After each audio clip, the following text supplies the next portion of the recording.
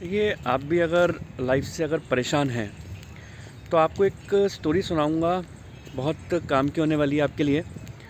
तो स्टोरी को पूरा सुनिएगा, थोड़ी लंबी स्टोरी है। तो चलिए स्टार्ट करते हैं। एक बार की देखिए बात क्या होता है कि एक लड़का होता है जो एक मामूली सी नौकरी करता है और अपनी नौकरी करके रोज़ शाम को घर आता है। और घर आता है तो अपने लिए खाना बनाता है। खाना बनाने के बाद वो अपने खाने की जगह बैठता है और कुल 4 रोटियां बनाता है। 4 रोटी बनाने के बाद जैसे ही वो रोटी खाने से पहले हाथ मुंह धोने जाता है, भाई शाम को आया, सोचा हाथ मुंह धो लूँ, तो शाम को जब हाथ मुंह धोने जाता है वापस आके देखता है तो 4 की जगह 3 रोटी दिखती है उसको। बड़ा परेशान हो जाता है। फिर अगले दिन वो आता है, फिर वही सिलसिला। फिर हाथ मुंह धोने जाता है और आके देखता है कि फिर वही 3 रोटियां बनाई। 4 रोटी हैं लेकिन मिलती 3 ही हैं। बड़ा परेशान हो जाता है। रोज़ आता है, रोज़ यही सिलसिला चलता चला जाता है। एक दिन सोच लेता है कि भाई आज तो इसको ढूंढ के ही रहूँगा कि मेरी ये एक रोटी जाती कहाँ है। तो एक दिन वो पकड़ लेता है इस बात को और देखता है कि मेरी एक रोटी चूहा ले जाता है। चूहे को पकड़ लेता है, भाई चूहा तू मेरी रोज़ एक रोटी ले जाता है, मैं इतनी मुश्किल से कमा के आता हूँ, 4 रोटी बनाता हूँ अपने लिए, मेरी पास तो इतना ही पैसा है कि मैं अपनी 4 रोटी अपनी भूख मिटा सकूँ, और तू उठा के एक रोटी ले जाता है। कहता है देखो भूख तो मुझे भी लगी है, मेरे हिस्से की रोटी मत मारो। तो बोले फिर मेरी भूख? बोले चूहा बोलता है कि तुम्हारे इस सवाल का जवाब तुम्हें गौतम बुद्ध के पास मिल सकता है, तो तुम्हें गौतम बुद्ध के पास जाना होगा। अब लड़का सोचता है चलो ठीक है जी, गौतम बुद्ध के पास जाते हैं। चूहा रास्ता बता देता है, यहाँ यहाँ तुम्हें गौतम बुद्ध मिलेंगे और जाओ और वहाँ से अपना जवाब ले लो। तो गौतम बुद्ध के पास जाने के लिए लड़का 4-5 दिन की छुट्टी ले लेता है और गौतम बुद्ध के पास निकल पड़ता है। रास्ते में चलते चलते चलते चलते शाम हो जाती है।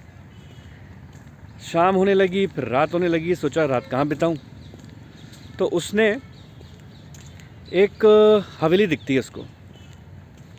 सोचता रात बिताने के लिए ये हवेली ठीक है, इस हवेली में जाके रुक जाता है। और उस हवेली में जब जाके रुक जाता है तो वहाँ पर एक औरत उसे दिखाई देती है, बूढ़ी अम्मा। वो कहती है कि कहाँ जा रहे हो बेटा? तो उसने बोला भाई मैं गौतम बुद्ध के पास जा रहा हूँ और मेरे को कुछ परेशानियाँ हैं, तो उस परेशानी का जवाब लेने जा रहा हूँ। तो औरत क्या बात बोलती है कि बेटा देखो गौतम बुद्ध के पास जा रहे हो तो मेरे सवाल का भी जवाब लेते आना, मेरे सवाल का भी जवाब तुम लेते आना। तो उसने बोला ठीक है अम्मा जी, आप मुझे अपने सवाल का जवाब अपने से जो सवाल है वो मेरे से पूछ लो, मैं उनसे पूछाऊँगा, जाके आपके परेशानी का भी हल पूछाऊँगा। तो वो औरत क्या बोलती है, देखो मेरी बेटी है, उसकी शादी नहीं हो रही, गूंगी है, शादी हो नहीं रही है, तो उससे पूछ कर आना कि इसकी शादी कब होगी। ठीक है अम्मा जी, मैं सुबह निकल जाऊंगा और आपके लिए आपका इस सवाल का जवाब भी पूछे आऊँगा। फिर वहीं पे क्या होता है, आगे सुबह होती है, आगे बढ़ जाता है। आगे बढ़ते बढ़ते फिर उसको एक नज़र आता है कि पहाड़। अब वो सोचता है कि इस पहाड़ को कैसे मैं पार करूं। इतने वहीं पे उसको एक जादूगर नज़र आता है। जादूगर से पूछता है भाई ये बड़ा सा पहाड़ है, तो मैं गौतम बुद्ध के पास जा रहा हूँ, उसको कैसे वहाँ तक जाऊँ? तो वो बोलता है कि ठीक है कोई दिक्कत नहीं है, मैं तुम्हें ये पहाड़ तो अपनी जादू की छड़ी से पार करा दूँगा, मैं ये पहाड़ तो तुम्हें अपनी जादू की छड़ी से पार करा दूँगा, लेकिन गौतम बुद्ध के पास जा रहे हो तो मेरे सवाल का जवाब भी ले आना। तो पहला सवाल तो उसको अम्मा जी से मिल गया था, दूसरा सवाल उसको फिर अब जादूगर से। जादूगर ने बोला कि मैं 1000 साल से यहाँ पर बैठ के तपस्या कर रहा हूँ और मुझे जाना है स्वर्ग, तो कैसे जाऊँ? तो गौतम बुद्ध से ये भी सवाल का मेरा जवाब लेकर आना। कहता है ठीक है, आप मुझे ये पहाड़ को पार करा दो तो मैं गौतम बुद्ध से आपके सवाल का जवाब भी ले आऊँगा। तो जादूगर अपनी छड़ी घुमाता है और उसको रास्ता पार करा देता है। बड़े बड़े पहाड़ होते हैं, पार करा देता है। अब साहब पार करने के बाद वो थोड़ा सा और आगे जाता है तो आगे उसको एक नदी मिलती है।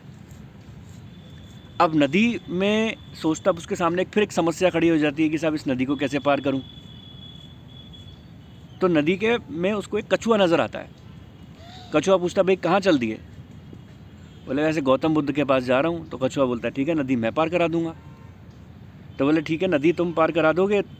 बोले हाँ करा दूंगा। कछुआ बोले लेकिन गौतम बुद्ध के पास जा रहे हो तो मेरा भी सवाल ले आना, लेते जाओ, पूछ कर आना कि मेरे सवाल का जवाब, कि मैं 500 साल से इस नदी के अंदर हूँ और ड्रैगन बनना चाहता हूँ, क्या करूँ मैं?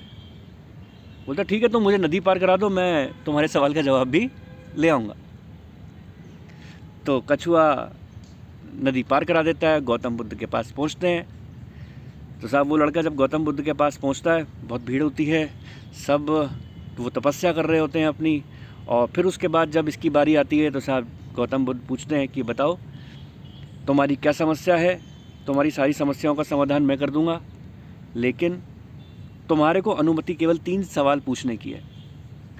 अब लड़के के सामने बहुत बड़ी समस्या होती है कि 3 सवाल तो मेरे पास उन्हीं के ही हैं जो मुझे रास्ते में मिले, अब करूं तो क्या करूं, मेरा सवाल भी है। फिर उसको सबसे पहले मन में विचार आता है उस बूढ़ी अम्मा का। तो वो कहता है कि वो जो बूढ़ी अम्मा है उसकी बेटी की शादी नहीं हो रही, गूंगी है, तो क्या करे वो? तो वो जवाब देता है कि साहब गौतम बुद्ध की भाई उनको बोलना कि अपनी बेटी की शादी कर दें। अपनी बेटी की शादी कर देंगी तो वो जो गूंगी है वो बोलना स्टार्ट करेगी। बोला ठीक है, मैं बोल दूंगा। फिर उसके मन में एक दूसरा सवाल आता है जादूगर का। फिर वो कहता है कि मेरे को रास्ते में जादूगर मिला था, उसने भी एक सवाल आपसे पूछवाया है कि मैं 1000 साल से तपस्या यहाँ पर कर रहा हूँ, तो करूँ तो क्या करूँ? मैं जाना चाहता हूँ स्वर्ग। तो उसने गौतम बुद्ध ने बोला है कि जादूगर को कहना है कि अपनी छड़ी छोड़ दे। वो जैसी अपनी छड़ी छोड़ देगा वो स्वर्ग चला जाएगा। तो बोलता ठीक है, मैं जादूगर को ये सवाल का जवाब भी दे दूंगा। और फिर बोलता है तीसरा उसके मन में विचार आता है कि कछुए का, कि कछुआ कहता है कि मैं 500 साल से ड्रैगन बनना चाहता हूँ, करूँ तो क्या करूँ? तो वो बोलते हैं ठीक है, कछुए को बोल देना कि अपना ऊपर का कवच हटा दे तो वो ड्रैगन बन जाएगा। अब रास्ते में वो वापस चलता है, सबसे पहले उसको क्या मिलता है? कछुआ मिलता है। कछुए को बोलता है भाई तुम अपना ड्रैगन बनना चाहते हो तो अपना कवच हटा दो, जैसे ही कवच हटा दोगे तो तुम ड्रैगन बन जाओगे। तो कछुए का कवच हटा देता है वो, उसको मोती मोती मिल जाते हैं, लड़के को मोती मोती मिल जाते हैं और कछुआ ड्रैगन बन जाता है और खुश हो जाता है। फिर और आगे चलता है वापसी में, फिर उसको जादूगर मिलता है। मोती कछुआ तो कुछ करेगा नहीं, मोती वो अपनी जेब में डालता है लड़का और आगे बढ़ जाता है, और जादूगर मिलता है। अब जादूगर को बोलता है तू अपनी छड़ी छोड़ दे तो स्वर्ग चला जाएगा। तो जादूगर बोलता है ठीक है, मैं अपनी छड़ी छोड़ देता हूँ। अब जैसे ही जादूगर अपनी छड़ी छोड़ देता है तो वो स्वर्ग चला जाता है। अब मोती और छड़ी दोनों लेकर और आगे बढ़ता है फिर वो वापसी की तरफ। तो फिर उसको वही हवेली दिखती है, हवेली में वही अम्मा मिलती है। बोली अब मेरे सवाल का जवाब ले आए? बोले हाँ ले आए। बोले अपनी बेटी को बोलो कि शादी कर दो अपनी बेटी की, वो बोलना चालू कर देगी। तो वो जैसे ही अपनी ऐसी बात बोलता है तो वो बोलता है ठीक है। और वो अम्मा बोलती है कि तुमसे बढ़िया लड़का और कौन हो सकता है, जब शादी करने के लिए बोला तो ठीक है, हम तुमसे ही शादी कर देते हैं उसकी। तो उसके तुमसे बढ़िया लड़का हो नहीं सकता, उससे उसकी शादी कर देती है अम्मा। अपनी बेटी की जैसी उस लड़के से शादी कर देती है, वो लड़की बोल पड़ती है कि तुम तो वही थे ना जो गौतम बुद्ध के पास जाना चाहते थे। तो अम्मा खुश कि साहब शादी हो गई, तो वो लड़की ने मेरी बोलना चालू कर दिया। अब लड़का ने सोचा कि मेरे सवाल का जवाब, और वहीं पे लड़के के सारे सवालों का जवाब मिल गया उसको। कैसे? कमाई थी नहीं तो मोती मिल गए, जीवन भर की कमाई एक साथ मिल गई, और ताकत के लिए छड़ी मिल गई जादूगर की, और घर बसाने के लिए लड़की मिल गई, शादी हो गई। तो इस स्टोरी से मैं आपको एक सीख देना चाहता हूँ, कभी भी जब भी जीवन में समस्या है तो हमेशा कोशिश करें कि समस्या हमारी समस्याओं के साथ दूसरों की भी समस्या है, दूसरों की समस्या को भी जब हम सॉल्व करने की सोचते हैं, दूसरों के बारे में जब हम सोचते हैं, तो हमें अपनी समस्याओं का भी समाधान मिल जाता है। कुदरत अपने आप हमारे साथ हो जाती है, पूरी कायनात हमारे साथ हो जाती है। तो उम्मीद करता हूँ आपको स्टोरी थोड़ी लंबी थी लेकिन आपको पसंद आई होगी, अच्छी लगी होगी। इसी तरीके की कुछ मोटिवेशनल बातों को से जुड़ने के लिए मेरे चैनल को कर दें सब्सक्राइब, लाइक कर दें। मिलते हैं अपने नेक्स्ट वीडियो के साथ, तब तक के लिए ओके, टाटा, बाय बाय।